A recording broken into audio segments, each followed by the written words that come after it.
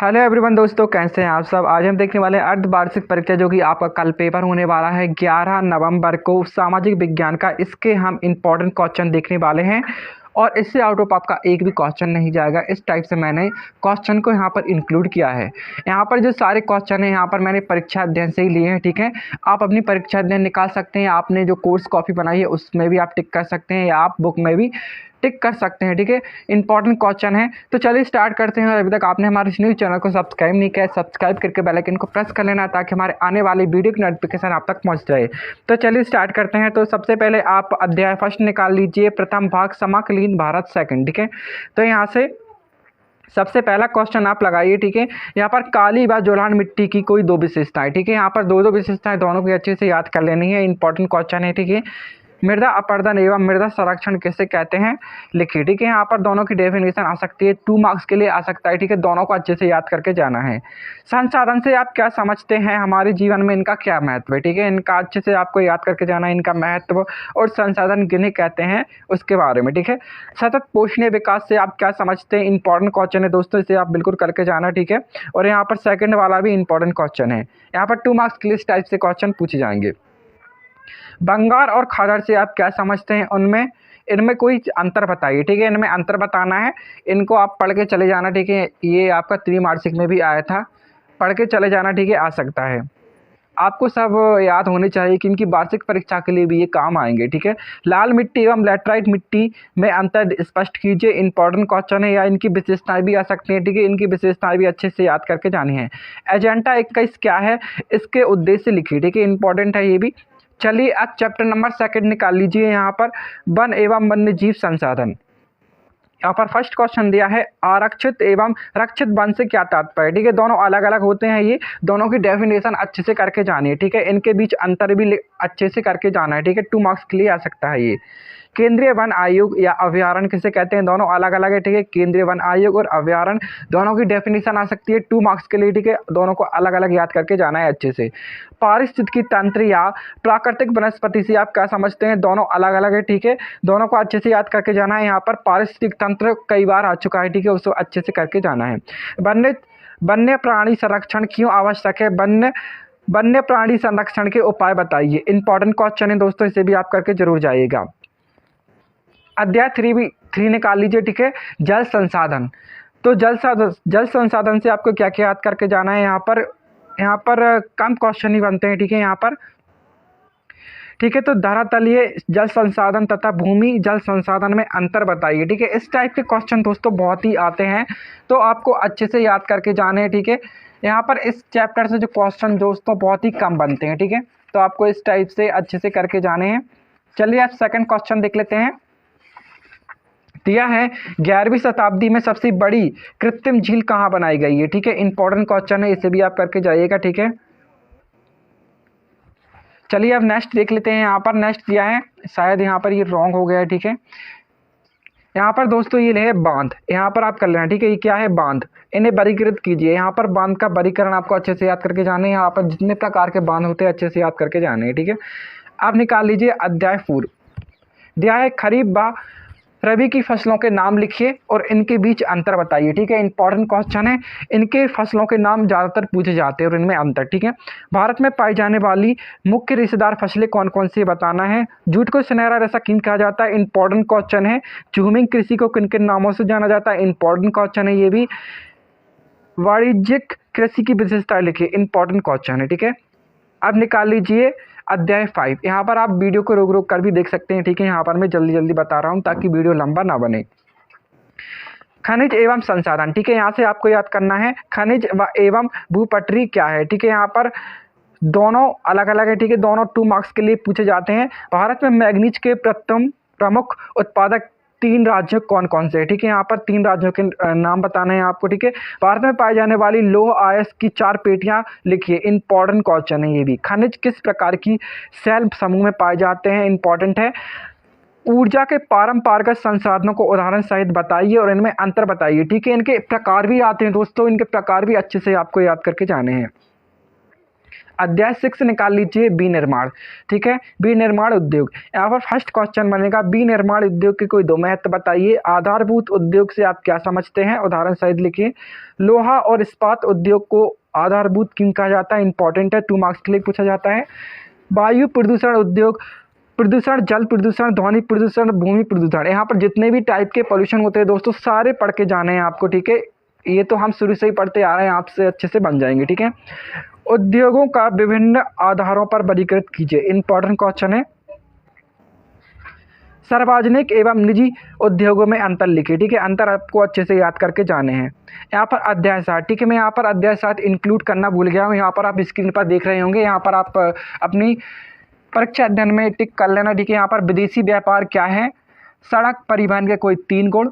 ठीक है, यहाँ पर राज्य राजमार्ग से क्या आशय है, ये भी आप कर लेना। ठीक है, परिवहन के विभिन्न संसाधन बताइए। और यहाँ पर आप कर लेना डिजिटल भारत किसे कहते हैं। ठीक है, और यहाँ पर एक और आप कर लेना, यहाँ पर ये तीनों इंपॉर्टेंट क्वेश्चन है। भारत देश के कितने प्रतिशत व्यापार मृदों द्वारा होता है, या विश्व की सबसे लंबी राजमार्ग सुरंग का नाम बताइए। वायु परिवहन का राष्ट्रीयकरण कब और किसने किया था। ठीक है, इंपॉर्टेंट क्वेश्चन है, कब किया गया था लिखिए। ठीक है, इस टाइप से आएगा, ये इंपॉर्टेंट क्वेश्चन है, तीनों अच्छे से करके जाइएगा। अब यहाँ पर इंपॉर्टेंट क्वेश्चन एक और बनेगा। ठीक है, बंदरगाह और पाटन में 3 अंतर लिखिए। ठीक है, यहाँ पर 3 अंतर आ सकता है। ठीक है, पाइपलाइन भी पढ़ के चले जाना अच्छे से। और यहाँ पर एक और आपको अच्छे से पढ़ना है, रेल परिवहन की विभिन्न समस्याओं का वर्णन कीजिए। ठीक है, इंपॉर्टेंट क्वेश्चन ही आ सकता है। और एक और आपको पढ़ लेना है इसी में, विदेशी व्यापार का आर्थिक विकास में योगदान क्या है, इंपॉर्टेंट है। ठीक है, इतने क्वेश्चन आपको अच्छे से करके जाने हैं इस चैप्टर से। चलिए अब नेक्स्ट चैप्टर निकाल लीजिए, चैप्टर नंबर 8। चलिए दोस्तों अब देख लेते हैं अध्याय 8। ठीक है, तो यहाँ पर अध्याय 8 से यूरोप में राष्ट्रवाद, यहाँ पर आप निकाल लीजिए, यहाँ पर आप टिक करिएगा। रूढ़िवाद से क्या आशय है, या उदारवाद का अर्थ बताइए, इंपॉर्टेंट क्वेश्चन है। जाल वेराइन क्या था, इसका उद्देश्य क्या था, इंपॉर्टेंट क्वेश्चन है, 2 मार्क्स के लिए पूछा जाएगा। यूनानी स्वतंत्रता युद्ध पर टिप्पणी लिखिए, इंपॉर्टेंट है। 1830 की क्रांति के फ्रांस पर क्या प्रभाव पड़े, इंपॉर्टेंट क्वेश्चन है। अब अध्याय 9 निकाल लीजिए। ठीक है, यहाँ पर भारत में राष्ट्रवाद, रोलेट एक्ट क्या था, बहिष्कार से क्या आशय है, सत्याग्रह। ठीक है, सत्याग्रह पर गांधी जी के कोई 4 विचार लिखिए, इंपॉर्टेंट क्वेश्चन है। असहयोग आंदोलन के 4 कारण लिखिए। भारत में आधुनिक राष्ट्रवाद के उदय के कोई 4 कारण बताइए। शिवान्य अवज्ञा आंदोलन का वर्णन कीजिए, इंपॉर्टेंट क्वेश्चन है दोस्तों। ठीक है, ये 4 मार्क्स के लिए आता है। अध्याय 10 निकाल लीजिए, भूमंडलीकृत विश्व का बनना। ठीक है, यहाँ पर 2 मार्क्स के लिए क्वेश्चन आएंगे यहाँ पर। ठीक है, यहाँ पर कॉर्नर लॉ क्या था, इंपॉर्टेंट क्वेश्चन है दोस्तों। बीटा निर्देश अधिकार का अर्थ क्या है, आयात शुल्क से आप क्या समझते हैं। शुरू के 3 क्वेश्चन आप 2 मार्क्स के लिए करके जाइएगा। ठीक है, इंपॉर्टेंट है तीनों। रेशम मार्ग से किन किन वस्तुओं का व्यापार होता है लिखिए। 19वीं सदी में तकनीक की भूमिका को स्पष्ट कीजिए, इंपॉर्टेंट क्वेश्चन है। अध्याय 11 निकाल लीजिए। ठीक है, यहाँ पर अध्याय 11 दिया गया है, जाबर कौनते, इंपॉर्टेंट क्वेश्चन है। औद्योगिक मजदूरों या औद्योगिक उत्पादन से क्या आशय है, दोनों अलग अलग है, 2 मार्क्स के लिए पूछे जाएंगे। ठीक है, जसमेदत जी और यहाँ पर दोनों। ठीक है, यहाँ पर अच्छे से याद करके जाना, इंपॉर्टेंट क्वेश्चन है। जमशेद जी और जी भाया कौन थे। ठीक है, यहाँ पर इंपॉर्टेंट क्वेश्चन है। यदि सेठ हुकुमचंद कौन थे, यहाँ पर इंपॉर्टेंट क्वेश्चन है ये भी। ठीक है, दोनों अच्छे से करके जाने हैं। ठीक है, यहाँ पर 4th, तो यहाँ पर 3rd और 4th, यहाँ पर दोनों इंपॉर्टेंट क्वेश्चन है, 2 मार्क्स के लिए आ सकते हैं। लंदन को फिनिशिंग सेंटर के रूप में क्यों जाना जाता है, ये भी आप करके जाइएगा। 1840 के दशक के बाद रोजगार की स्थिति का विश्लेषण कीजिए। ठीक है, यहाँ पर रोजगार की स्थिति का विश्लेषण बताना है। यहाँ पर बहुत सारे उद्योग में श्रमिकों की मांग मौसमी आधार पर घटती बढ़ती क्यों है, इंपॉर्टेंट है ये भी, इसे भी करके जाइएगा। अध्याय 12 निकाल लीजिए। ठीक है, मुद्रण, संस्कृति और आधुनिक दुनिया, इससे भी इंपॉर्टेंट क्वेश्चन 2 मार्क्स के लिए सबसे ज़्यादा पूछे जाते हैं इस अध्याय से। पंचांग का क्या अर्थ है, निरंकुशवाद का क्या अर्थ है, प्लांटेन से क्या आशय है, गाथा गीत से क्या समझते हैं। ठीक है, इस टाइप से आएगा। बेलम क्या है, यहाँ पर 2 मार्क्स के लिए पढ़ के जाएगा। मुद्रण तकनीक सबसे पहले किन देशों में विकसित हुई थी, मुद्रण संस्कृति के 2 परिणाम बताइए। यहाँ पर मुद्रण संस्कृति ने भारत में राष्ट्रवाद के विकास में क्या मदद की है। अध्याय 13 से करिएगा आप, ठीक है। सत्ता की साझेदारी, यहाँ पर दोस्तों जितना भी आपका पढ़ा है स्कूल में, जितना भी यहाँ पर अर्धवार्षिक के लिए सिलेबस करवाए उतना ही पढ़ के जाइएगा, अदरवाइज आप बिल्कुल करके मत जाइएगा, ठीक है। यहाँ पर मैंने आपको सभी अध्याय के बताए हैं ताकि आपका एक भी क्वेश्चन न छूटे। सत्ता की साझेदारी, ठीक है, यहाँ से आप निकाल लीजिए अध्याय 13। संघ सरकार किसे कहते हैं, गृह युद्ध किसे कहते हैं, बेल्जियम में जाति संरचना जटिल कैसे है, व्याख्या कीजिए। सत्ता के क्षैतिज व लंबवत वितरण के बीच अंतर बताइए, इंपॉर्टेंट है। अध्याय 14 निकाल लीजिए, अधिकार क्षेत्र क्या है, गठबंधन सरकार से क्या सा है, इंपॉर्टेंट है। भारतीय संघ में कितने राज्य कितने संघ क्षेत्र हैं, संघ की व्यवस्था की कोई 3 विशेषताएं लिखिए। सत्ता की विकेंद्रीकरण से क्या असर है, भारत आशा है, ठीक है। भारत में सत्ता के विकेंद्रीकरण पर एक लेख लिखिए, इंपॉर्टेंट है ये भी।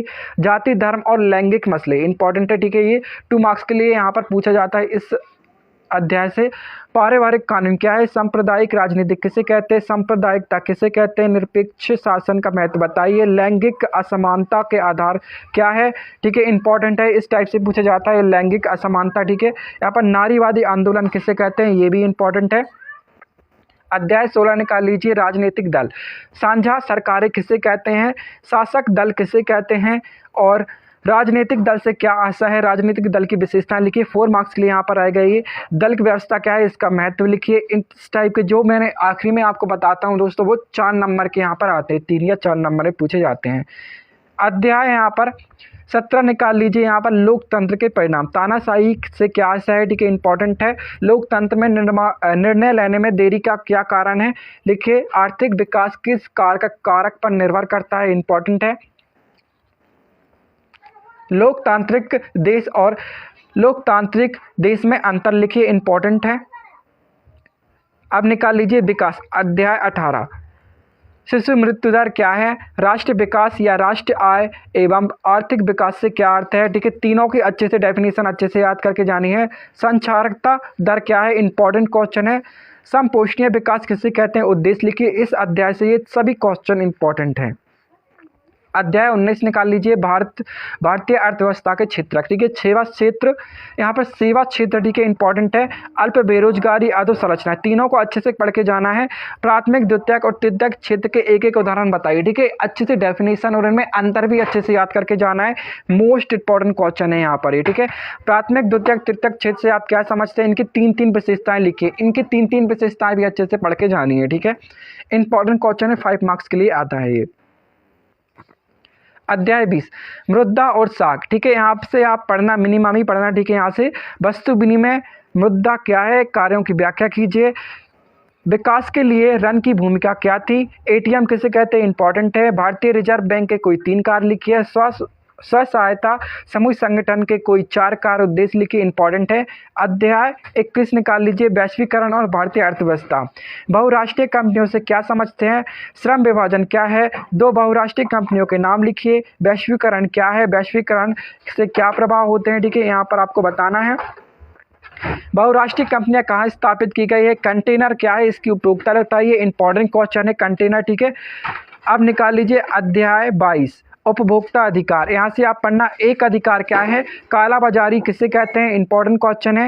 यहाँ पर उपभोक्ता शिक्षा किसे कहते हैं, उपभोक्ता शोषण से क्या आशय, इनके 2 प्रकार बताइए। सूचना का अधिकार किसे कहते हैं, उपभोक्ता जागरूकता का महत्व 4 बिंदुओं में लिखिए। उपभोक्ता शोषण से बचने के कोई 4 उपाय लिखिए। उपभोक्ता शोषण के 4 बिंदु लिखिए, इंपॉर्टेंट क्वेश्चन है, ठीक है। ये दोनों एक में ही आ जाएगा आपका, तो यहाँ पर दोस्तों अच्छे से करके जाइएगा, ठीक है।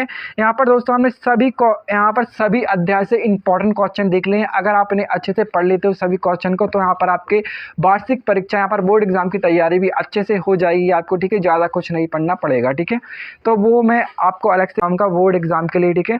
फिलहाल के लिए आप इतने जरूर पढ़ के जाइएगा। कल आपका सामाजिक विज्ञान का पेपर है यहाँ पर 10th क्लास का, ठीक है। आप इनको सभी को अच्छे से पढ़ के जाइएगा दोस्तों, ठीक है। वीडियो कैसा लगा, चैनल को सब्सक्राइब जरूर बताना। अगर आपका कोई क्वेश्चन हो तो आप कमेंट बॉक्स में पूछ सकते हैं, और यहाँ पर टेलीग्राम का लिंक मैंने डिस्क्रिप्शन बॉक्स में दिया है, आप जाके ज्वाइन कर लेना, ठीक है। वहाँ पर मैं सारी PDF फ्री में अपलोड करता हूँ।